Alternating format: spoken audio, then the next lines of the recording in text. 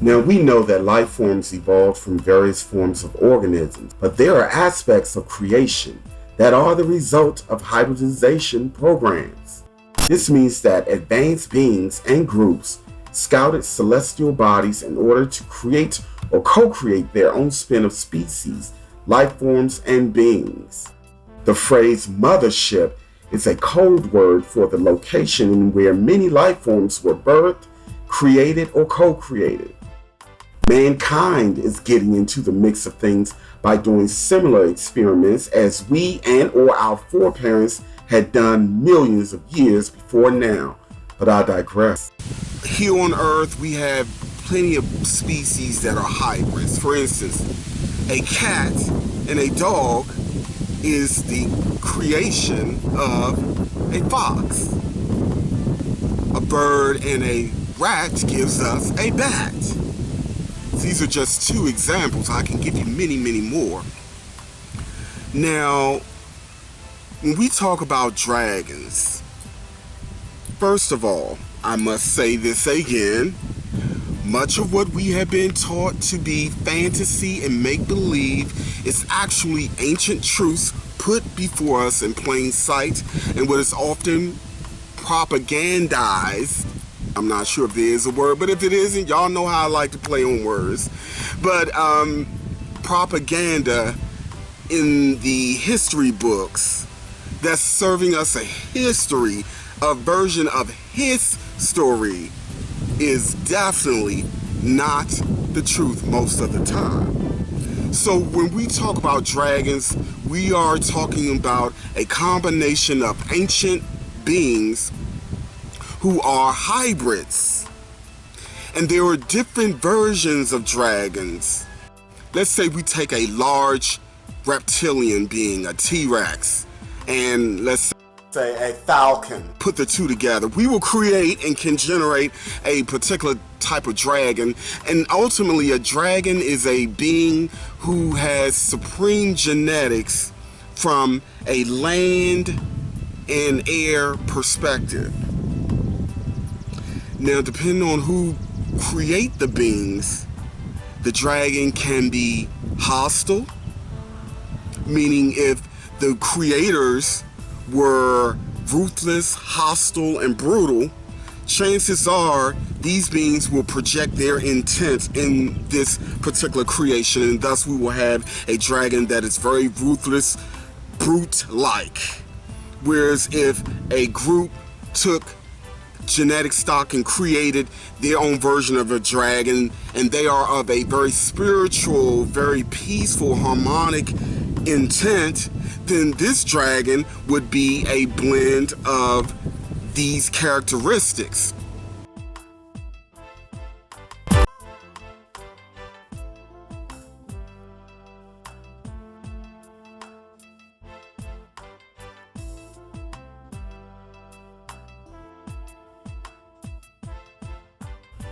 If dragons really exist, why can't we see them? The answer is simple. They vibrate on a dimension in reality that was created for them to exist or be, you see? And that will be realms or dimensions that will best support their form of survival. One could find the more hostile forms in the second dimension and the lower fourth dimension. The more benevolent and evolved dragons dwell in the 6th and 7th dimension. Dragons can astral project to other dimensions, but only realms that they have acclimated to and mastered. Now, dragons, from what I've learned, especially the spiritual ones, have multi-dimensional capabilities. And here is why some of us have dragons as guardians or guides, because again, when we are in a position where there are ruthless forces coming at us, and they may, let's say, have dragons as an ally, what better being would there be to keep those dragons in check? Other dragons with just as much, if not more, in multi-dimensional capabilities. So some of you guys have written me and stated that you had very vivid astral projection experiences and dreams where you are interacting with dragons. I have as well, and this is basically a sign that you have a dragon as a spirit guide. Yes, the more spiritually evolved beings operate as spirit guides, and of course the more ruthless, those who are on what we call the dark side, and I'm only using dark for a point of reference to get my point across, of course, may have dragons to operate more as kind of like a person sicking a vicious dog on someone just for the hell of it, just for the sport of it, just for the cruelty of it.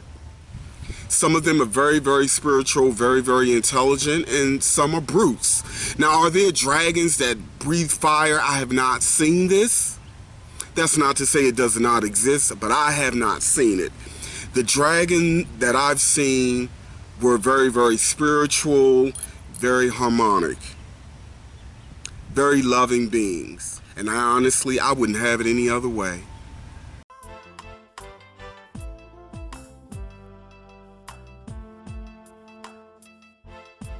If we have free will, how is it that we are here not clear on what life is about and why certain things happen to certain people in certain groups, even if we are projecting a will that is different from what it is or what our circumstance or situation or plight in life may be? Well, let me explain this to you. And again, this is one of those things that has gotten very convoluted over a period of time. First of all, I've said this before, we are not all here under the same creation story.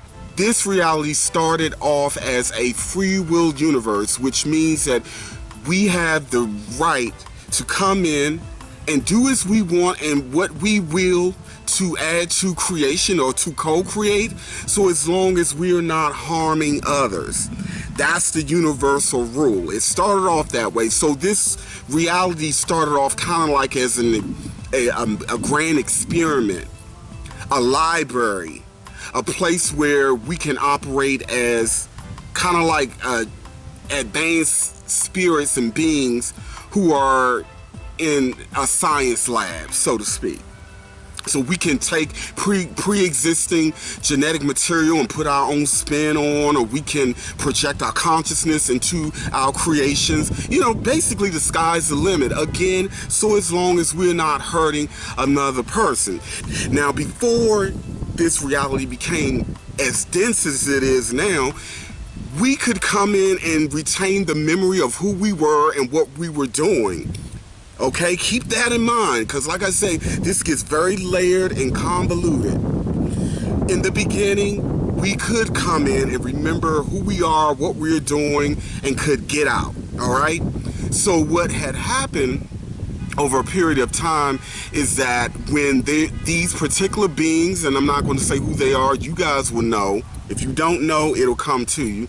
A particular group began to study the energy, a special kind of energy that we would co-create within the scheme of things. They loved this energy. They became addicted to this energy. And they understood that if they could harvest this energy, they could become gods above all gods within this particular creation. And so what they had begun doing is manipulating our consciousness in this matrix, so to speak, the brain, and making it operate in a way to pull us further and further into a dense state of consciousness, which creates this amnesic barrier. So at some point we had began forgetting who we were and why we came here. And when that happened, these very same beings who retained their multidimensional capabilities, okay, began manipulating us in between lifetimes, giving us the option to incarnate, because again, we forgot who we were, giving us the option to incarnate instead of getting out, because now we have become currency, real currency, not the fake fiat currency, the dollar bills and all that. That's fake. The real currency to the gatekeepers of this world is our life force energy that we create. This universe is now a place that operates off of contracts and agreement, which means that no one or no thing can occur against our will if we do not agree or consent to it.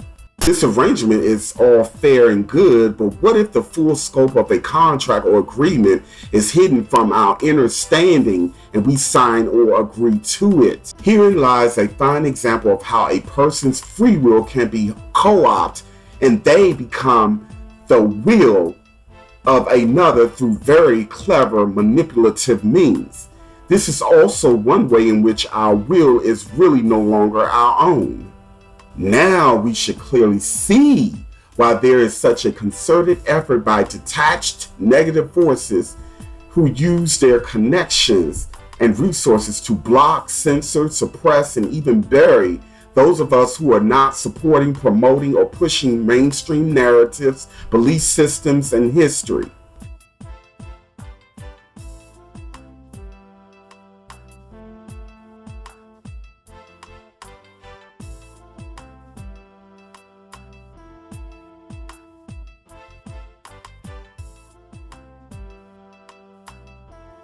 This started the creation of basically a human farm, a prison, slavery. Now, there was a group of us who were looking at this from the outside, who understood what this was all about and how this worked. And what we did was we decided to come in and try to wake up and free beings who had been trapped in this cycle for a long time. So what we did was we gave our blessings in terms of what we choose to be, our parents, our race, our creed, color, religious beliefs. We planned all of that before we came in because we knew we would forget, and we would assign spirits to basically guide us should we come in and totally forget, which most of us do. And these spirits, this is where the term spirit guide comes in. These spirits are gently guiding us along our way. But this had gotten convoluted because, again, when we come in and fall under the veil of amnesia, some of us fell into the trap as well. And so it made it much more difficult for our spirit guides to communicate and to gently guide us along the path that we're supposed to be on. Now, this is the trump card in this particular cycle. There are beings who are from a totally different solar system, a totally different universe, who are mega highly advanced, who are here now. And these beings remember who they are. They know what is going on. They have a built-in BS meter. So I was just having a brief dialogue with someone online who was trying to convince me that we all chose this and by our own free will we're co-creating this. And this is true to a degree, but if our will is being manipulated without us knowing that is our will, and we're convinced that choices we're making are really of our own, as we ignore or we are disconnected from the chart that we created from a higher, different mind, a state of consciousness, is it really, truly our own creation?